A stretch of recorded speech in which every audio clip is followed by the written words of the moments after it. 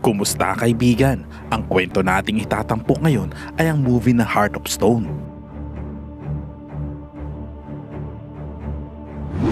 Ngunit bago natin ito simulan, ay maaari ba akong makahingi ng pabor? Pakilike naman ang videong ito at pasubscribe na rin sa aking channel. I-click mo na rin ang notification bell. Muli maraming salamat kaibigan. Nagsimula ang eksena sa isang party na nagaganap sa gitna ng nyebe sa Iceland. Makikita si Rachel Stone, isang elite spy na nag-undercover bilang isang baguhang agent ng grupo na tinatawag na MI6. Inatasan ang kanilang grupo sa paghuli sa isang lalaking nagngangalang Mulvaney, isang Europe's most wanted arms dealer. Samantala, ang dalawa sa miyembro ng MI6 na sina Young at Parker ay makikitang pumasok sa loob ng party upang kuhanin si Mulvaney, habang sina Rachel Stone ay nanatili sa loob ng van kasama si Billy upang ihhack ang security's encryption key. Ngunit nabigo siya dahil hindi siya nakakonekta sa system, dahil ang gamit niya ay local access lamang. Kaya kinailangan niyang magkaroon ng access sa isang tao sa network, na siyang pinuno ng security force. Sa unang pagkakataon mula noong sumali siya sa MI6, ngayon lang bumaba si Rachel ng van upang gawin ang trabaho sa field. Kailangan niyang makalapit sa head ng security force ng at least 10 feet closer para mahack niya ang telepono nito. Ilang sandali pa ay pumasok siya sa casino at naglaro ng blackjack upang hindi siya mapagdudahan. Samantala, nag-alala naman ang kanyang mga kasama para sa kanyang kaligtasan. At nang makita nila na papalapit na ang head ng security, agad nilang sinabihan si Rachel na umalis na agad sa kanyang table. Ngunit, nanatili si Rachel doon at ilang sandali pa ay nilapitan siya ng head ng security, at sinita ang hawak niyang telepono. Sinabi niya dito na baguhan lamang siya sa larong blackjack, kaya't nanonood lamang siya ng tutorial sa YouTube ni Agnes Project, kaya pa-subscribe naman dyan kaibigan. Kaya't ang head ng security ay nanatili sa kanyang tabi para tulungan siya, at pagkatapos ng laro ay matagumpay niyang nahack ang telepono nito. Pagkatapos ay ginawa ni Young at Parker ang kanilang trabaho. Nanatili si Parker sa bar habang unti-unting lumapit si Young kay Mulvaney. Hawak niya sa kanyang kamay ang isang maliit na ringgilya at akmang ituturok ito kay Mulvaney. Ngunit bago pa siya makalapit dito, napansin na agad ng security kung ano ang gagawin ni Young, kaya't mabilis siyang pinigilan nito. Nagumpisa ang kaguluhan sa kanilang misyon. Nakatakas si Mulvaney kay Parker, ngunit maya-maya ay nahuli niya din ito at dinala sa cable car. Samantala, bigla namang nasira ang kanilang communications. Nakarinig sila ng static na tunog na napakasakit pakinggan sa tainga. Pagkatapos ay narinig nila ang boses ng isang babae na nanghack sa kanilang communications. Tiningnan ni Rachel ang bar at nakita ang isang babaeng nagngangalang Kia na nakasalamin. Itinaas nito ang hawak na baso habang nakatitig sa kanya. Alam ni Rachel na si Kia ang nanghack sa kanilang communication, ngunit hindi niya ito magawang komprontihin dahil biglang dumating si Young at sinabi na kailangan na nilang umalis. Nagmadali silang umalis dahil nakita nila ang mga paparating na tauhan ni Mulvaney papunta sa istasyon ng cable car. Sasakay na sana sila sa kanilang sasakyan nang biglang nadulas si Rachel at nagkunwaring nasaktan ang paa. Sinabi nito kay Young na umalis na dahil hindi siya makalakad ng maayos. Agad na umalis sina Young at Bailey matapos na sabihing babalikan siya. Pagkaalis ng dalawa, mabilis na tumayo at kinontak ni Rachel si Jack, isang miyembro ng grupong charter na kinabibilangan ni Rachel. Ito ang nagsilbi niyang guide upang mabilis na makarating sa istasyon ng cable car. Sa tulong ng high-tech na contact lens, nakita ni Rachel ang isang linya na magsisilbing guide niya sa cable car station. Tumalon siya at nagpadulas pababa sa nyebe at sabay kuha ng parachute na kanyang nadaanan. Tumalon muli siya pababa sa bangin at lumapag sa snow road. Isang lalaki ang tumulong sa kanya nang makita siyang nakahandusay sa daan. Hinatak niya naman ito pababa, sabay inagaw ang gamit nitong motorsiklo. Bigla namang sumulpot si Billy at Young sa kanyang likod, kaya tinahak ni Rachel ang daan patungo sa kanyang kanan upang hindi siya makita ng mga ito. Samantala, isa sa mga tauhan ni Mulvaney na sniper at sa mga oras na iyon ay handa na itong barilin si Parker.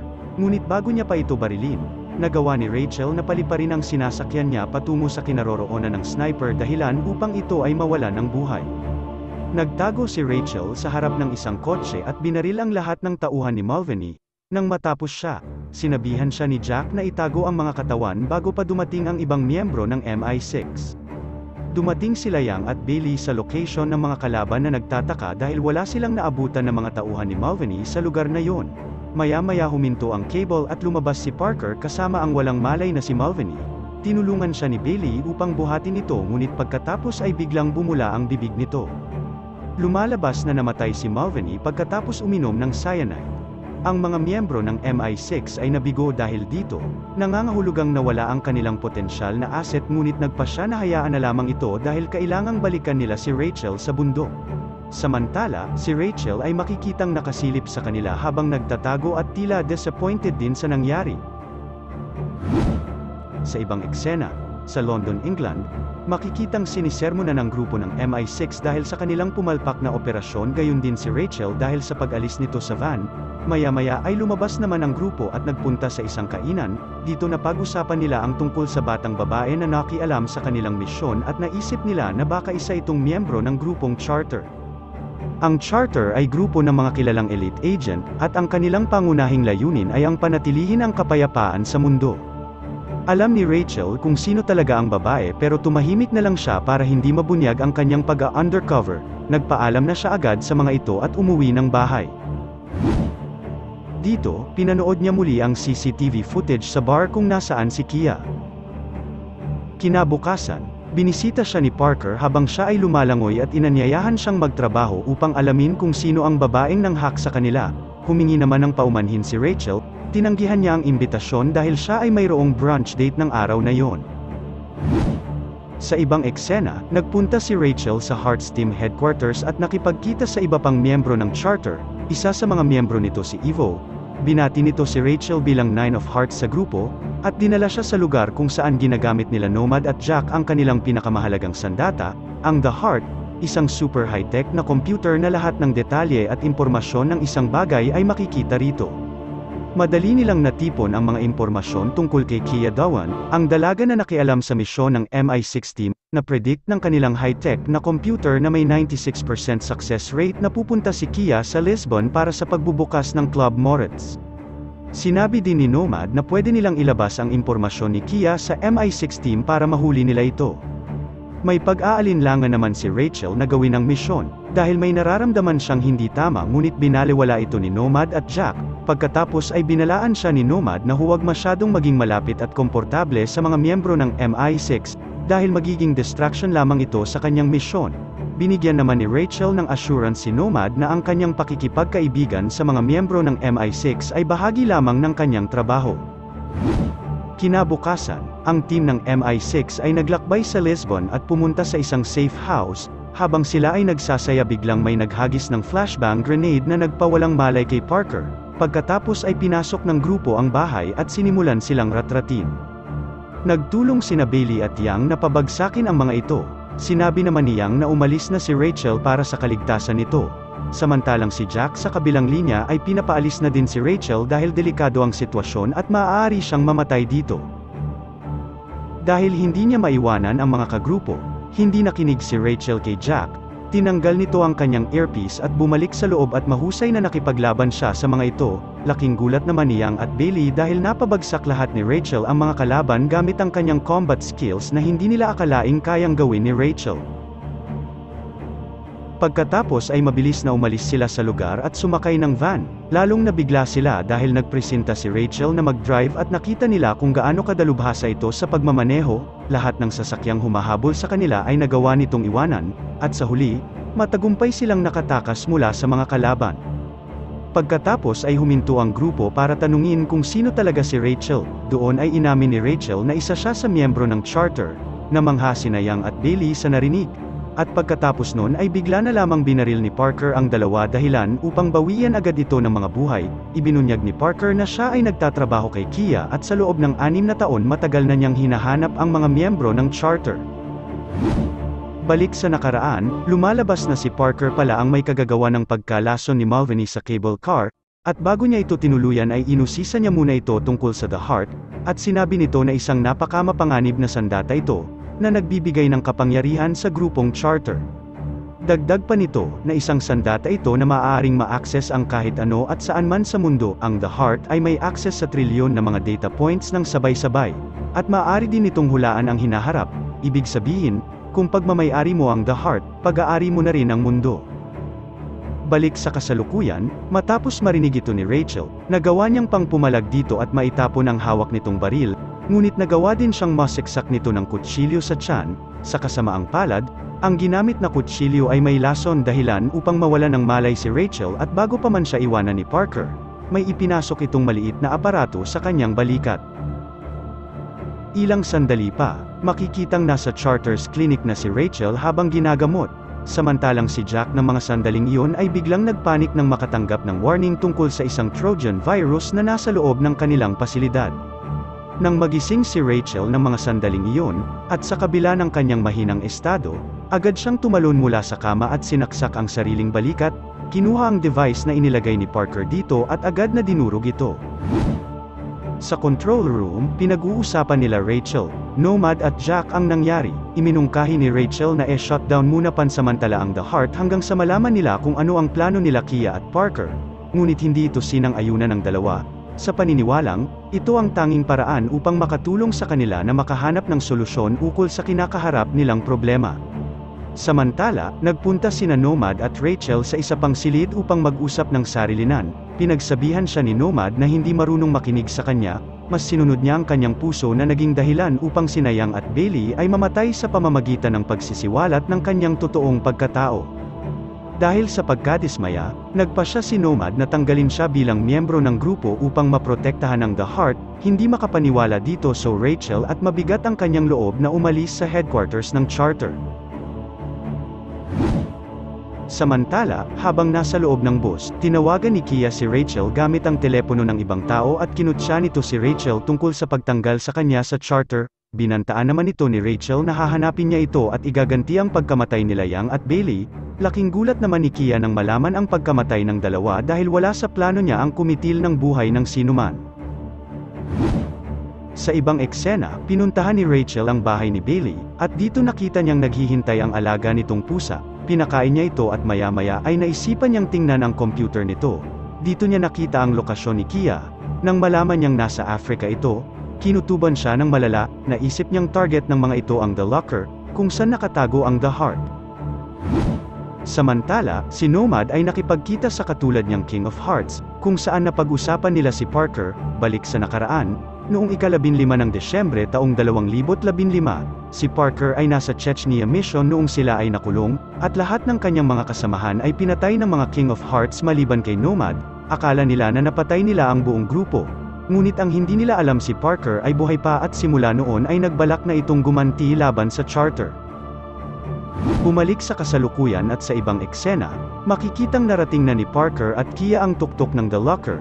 Nagpunta sila dito upang kunin ang The Heart, ngunit biglang dumating si Rachel at pinigilan ang balak nila. Nilabanan niya si Parker habang abala naman si Kia sa pagkuha ng The Heart. Ilang sandali pa ay matagumpay na nakuha ni Kia ang The Heart, at agad na umalis kasunod si Parker na naglagay ng pampasabog sa locker bago umalis. Ilang minuto lang, sumabog ang locker. Mabuti na lang at nakatakbo ng mabilis si Rachel. Paakyat na sana sina Parker at Kia sa helicopter nang nagawang hawakan at sumabit ni Rachel sa binti ni Kia. Pinutol naman ni Rachel ang tali dahilan upang mahulog silang dalawa. Nawala ng malay si Kia sa ere, ngunit nagawa namang makalapit dito ni Rachel at binuksan ang parachute ni Kia. Pagkatapos ay sabay silang naglanding sa desyerto. Walang choice sina Rachel at Kia kundi ang maglakad sa gitna ng desyerto. Nalaman ni Rachel ang dahilan kung bakit nais na nakawin ni Kia ang The Heart. Lumalabas na gusto nitong makahanap ng ebidensya laban sa lalaking pumatay at ginawang experiment ang kanyang mga magulang. Habang naglalakad, may nakita silang papalapit na sasakyan. Nakahinga siya ng maluwag nang makita ang isang sibilyang babae at nagmagandang loob ito na isakay sila. Dinala sila sa isang bayan at huli na nang napagtanto niya na binayaran pala ni Parker ang babae. Pinagbabaril at hinabol ng mga mersenaryo si Rachel dahilan upang tumalon ito sa dagat upang makaligtas. Samantala, paalis na sana si Kia nang masaksihan niya ang kanyang kasama na patayin ang isang inosenteng babae. Samantala, si Rachel ay nakaligtas at makikitang nakahiga ito sa dalampasigan nang lapitan siya ng isang babae na isa sa kasapi ng Charter. Ito ay ang Six of Hearts. Ipinadala ito ni Nomad upang iligtas si Rachel. Kinabukasan, dinala siya ng Six of Hearts sa Iceland kung saan naroon sina Parker at Kia. Nang mga sandaling iyon, ginagamit na nila Parker ang The Heart, sa pamamagitan ng camera footage nito, nagkaroon sila ng access upang mahanap ang Charter's King of Diamonds na nakasakay sa elevator kasama ang kanyang pamilya. Inutos ni Parker na pabagsakin ang elevator upang patayin ang King of Diamonds pati na ang pamilya nito. Si Kia ng mga sandaling iyon ay takot na takot sa nasaksihan. Gusto lamang niyang gamitin ang The Heart, upang humanap ng katarungan, hindi ang pumatay ng mga inosenteng sibilyan. Nalaman din ni Parker na ang King of Club ay patungo sa kanila dahil nalaman nito ang kanilang lokasyon. Nagpasya si Parker na mag-set up ng bitag upang patayin ang King of Club. Habang si Nomad na King of Hearts, kasama ang kanyang buong team ay nilock sa bunker at tinanggal ang kanilang ventilation system, at sa loob ng isang oras ay tuluyan na silang mawawala ng oxygen na magsasanhi ng kanilang kamatayan. Samantala, kinausap ni Kia si Parker at ipinaalam niya dito na hindi siya sang-ayon sa ginagawa nitong pagpatay. Ngunit determinado si Parker na patayin ang lahat ng Charter members at gusto pang gamitin ang The Hearth upang makontrol ang buong mundo. Samantala, ang King of Clubs ay nakarating na sa lokasyon kung saan alam nilang nandoon ang team ni Parker.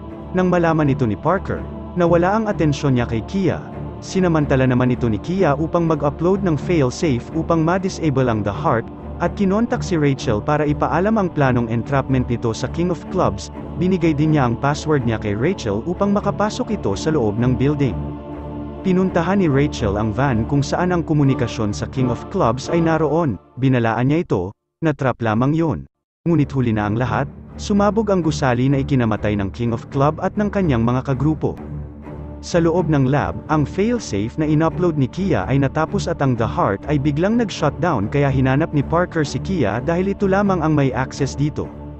Samantala, kinontak ni Rachel si Nomad, at ipinaalam niya ang nangyari sa King of Club.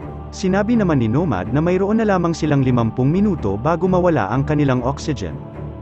Pinuntahan agad ni Rachel ang lokasyon ng lab nila Kia dahil limitadong oras na lang ang natitira para iligtas niya sila Nomad. Pagkapasok, nagmamadaling hinanap ni Rachel si Parker, na ng mga sandaling iyon ay hostage nito si Kia, ngunit sa huli ay nagpumiglas ito kaya nagkaroon ng pagkakataon si Rachel na makalapit kay Parker. Naglaban ang dalawa dahilan upang malaglag ni Parker ang hawak niyang baril. Nang makita ni Rachel na dinampot ni Kia ang baril, bumaba siya at sinipa ang glass door dahilan para mahulog sila ni Parker sa sahig at sabay na hinagis ni Kia ang baril kay Rachel. Nang makuha ni Rachel ang baril, agad niya itong ipinutok kay Parker, dahilan upang ito ay mawalan na ng buhay. Nang mga sandaling iyon, naubusan na din ang oras sila Nomad kaya't nawala na sila lahat ng malay dahil sa kakulangan ng oxygen. Nagmamadaling ibinalik ni Kia ang ventilation system ng The Bunker upang isave ang grupo. Pagkatapos ng ilang oras tumawag si Rachel sa telepono nila Nomad, nagising ito at sinundan ng mga natitirang grupo. 4 weeks later, bumalik na sa trabaho ang Charter, at si Kia ay nakulong sa bilangguan para sa lahat ng mga krimen na nagawa niya. Binisita siya ni Rachel at kinuwento na namimiss niya sina Billy at Yang. Sinabi ni Rachel na gusto niyang makasama sa isang team si Kia, na gagawa ng mabuti para sa mundo. Ibinigay nito ang Joker card kay Kia na nag-iimbita sa batang babae na sumali sa Charter bilang isang bagong team. Sina Rachel, Kia at Jack ang bumuo sa isang bagong misyon, ngunit hindi tulad ng MI6, kung saan si Rachel ay nanatili lamang sa loob ng van. Sa pagkakataong ito, siya ang lalabas sa field habang sina Jack at Kia ay mananatili sa loob ng van.